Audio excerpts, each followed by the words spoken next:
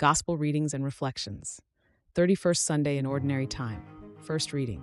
Deuteronomy 6:2-6. That you may fear the Lord your God, you and your son's son, by keeping all his statutes and his commandments, which I command you, all the days of your life, and that your days may be prolonged.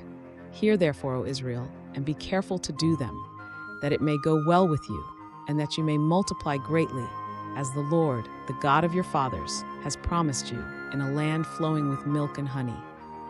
Hear, O Israel, the Lord our God is one Lord, and you shall love the Lord your God with all your heart, and with all your soul, and with all your might. And these words which I command you this day shall be upon your heart. Second reading. Hebrews 7, verse 23-28. The former priests were many in number, because they were prevented by death from continuing in office. But he holds his priesthood permanently, because he continues forever. Consequently, he is able for all time to save those who draw near to God through him, since he always lives to make intercession for them. For it was fitting that we should have such a high priest, holy, blameless, unstained, separated from sinners, exalted above the heavens. He has no need, like those high priests, to offer sacrifices daily, first for his own sins and then for those of the people. He did this once for all, when he offered up himself. Indeed, the law appoints men in their weakness as high priests, but the word of the oath, which came later than the law, appoints a son who has been made perfect forever. Gospel reading. Mark 12:28-34. And one of the scribes came up and heard them disputing with one another, and seeing that he answered them well, asked him, "Which commandment is the first of all?"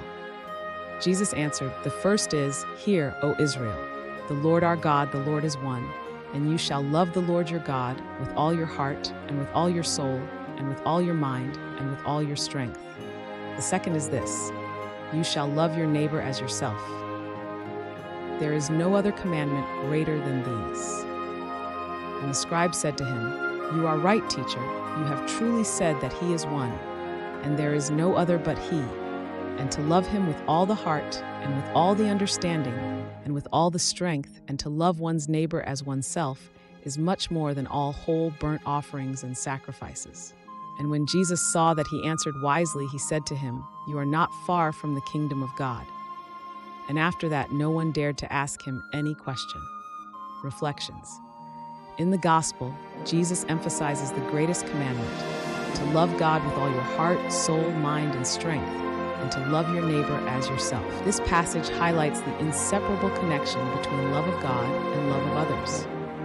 True devotion to God is expressed not just in prayer and worship, but also in how we treat those around us. Jesus affirms that love is the foundation of all commandments. It is not enough to follow rules mechanically. We must let our actions be motivated by love. By loving our neighbors, we show our love for God, as each person is made in his image. This dual commandment challenges us to examine our lives. Are we loving God fully? Are we extending that love to those we encounter? Jesus assures the scribe who acknowledges this truth that he is not far from the kingdom of God. Love is the key to God's kingdom.